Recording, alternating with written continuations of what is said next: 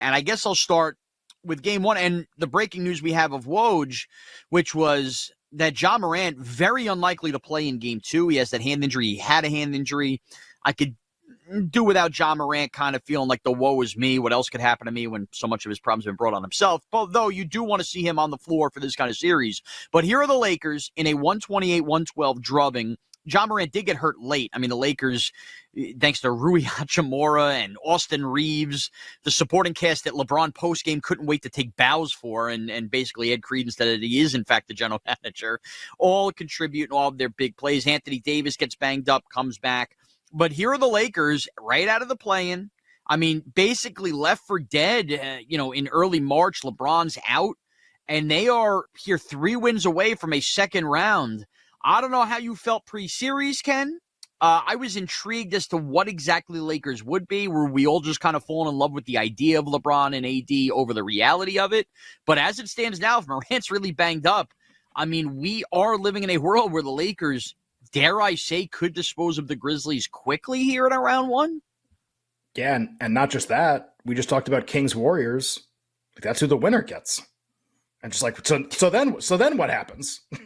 So right. Like where are we going here? When we went into these playoffs thinking the Western Conference was crazy and that it was really wide open, and all that happened in the game ones is it got crazier and more wide open. Like that's all that happened, basically. And Denver beat Minnesota, who was in like the worst fatigue spot of all time. And that game is like probably not even representative of how the rest of that series is going to go. But like, I bet the Cavs. And I kind of regret it, and I hope I'm wrong. I'm not running out and betting the Knicks, but I hope I'm wrong about that.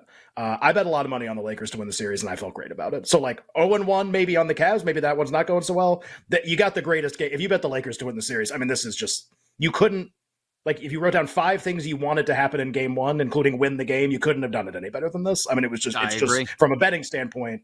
And you don't wish for another player to get hurt, but part of the handicap was that Steven Adams and Brandon Clark were both out, so whatever.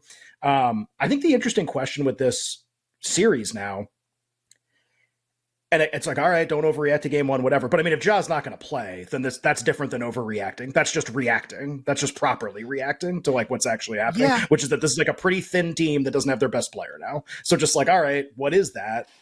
Do you think that so the market price right now in the series is Lakers minus 275, Grizzlies plus 225. The Lakers, I think, are in the process of flipping favorites in game 2. I think they're going to end up closing as a favorite in the game. Once Ja doesn't play, they were already a very, very, very small dog. Anyway, is that series price correct? So I already have a ton of Lakers, whatever. I've actually thought about betting more. We're just really? 275?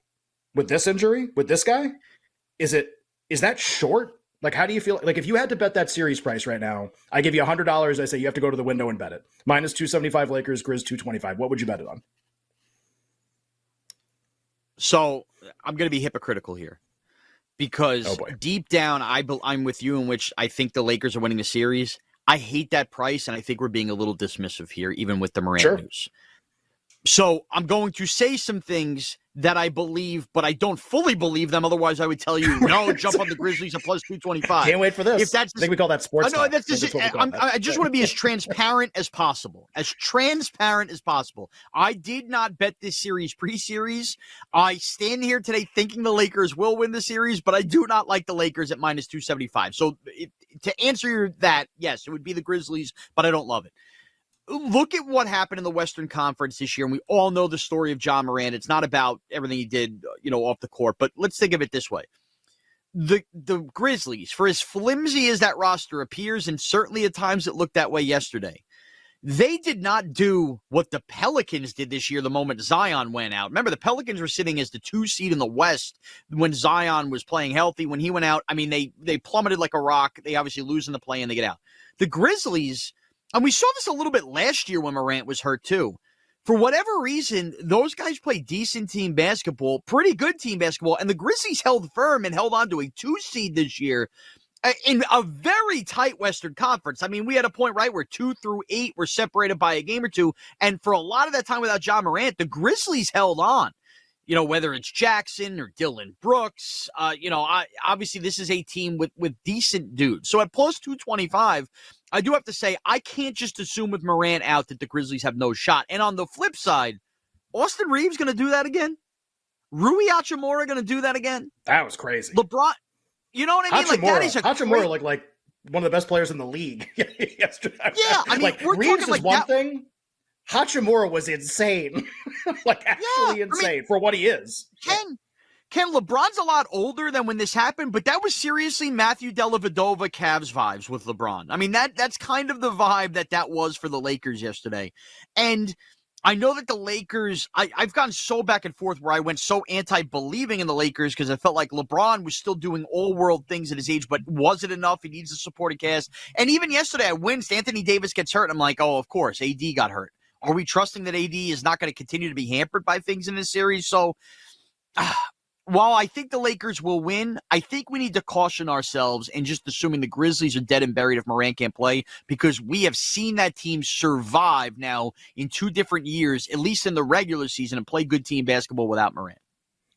Yeah, I mean, and to be honest, if you were trying to play out, okay, like even if you're like me and you think the Lakers they're very likely to win this series, okay, like pick the game that you think the Grizzlies could be a little feisty in. Like, all right, like the home game after the injury when the Lakers won the game 1, like before you go to LA for 2, like that's the funny thing is it's like, I think the Lakers are really likely to win. I could also see the Grizzlies winning game 2. And I don't say stuff. I feel like I'm going to say a lot of stuff on the show today that's like very freezing cold takes where it's like, I really like the Kings tonight. Like I really like the Kings tonight. And I really like the Lakers to win the series. And I almost want the Grizzlies to like pull game 2 completely out of their butt so that I can just absolutely hammer the Lakers to win the series again.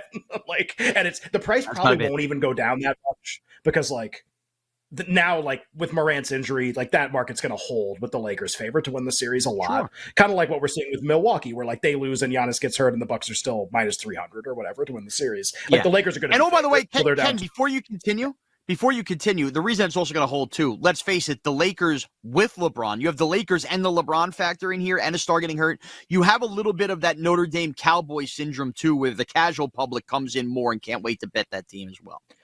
Yeah, so the funny thing is sometimes there are teams where like the public is like the wrong word, but like, you know, you watch TV shows and everybody's going, oh, don't sleep on this team. And usually that's just not representative of any reality. It's just like people doing segments to get paychecks or whatever. And this Lakers team, it's like those shows are on them and I'm also on them. It's like actually, and I'm like, oh, those shows are onto something on this one. Cause you know, like there's actually some things about the Lakers that are really interesting. So I feel like this is that rare situation where like you watch First Take and they're like, you know, March 1st, they're like, oh, the Lakers, like watch out for them. And I'm actually like, yeah, watch out for them. I'm like, yeah. And I never do that with teams like this. So I think, look, can the Grizzlies win a couple games in the series? Of course. Can John Morant return and play later in the series? Sure. Like we don't have any idea. What if he comes back in game 3? I just, all along, the idea has just been, this is like 2/3 of a Grizzlies team. That's the problem. And so when you're talking about like Taylor Jenkins, a great coach, it was more about coaching than I'll learn in 100 years. But like, I have to imagine that the amount of adjustments that are possible for him to make are few, because he doesn't have a lot of players to work with. So it's like simple math, basically. Like you don't have your 2 centers and you're facing a team that gets 1 million offensive rebounds and gets to the foul line a lot. It's just tough.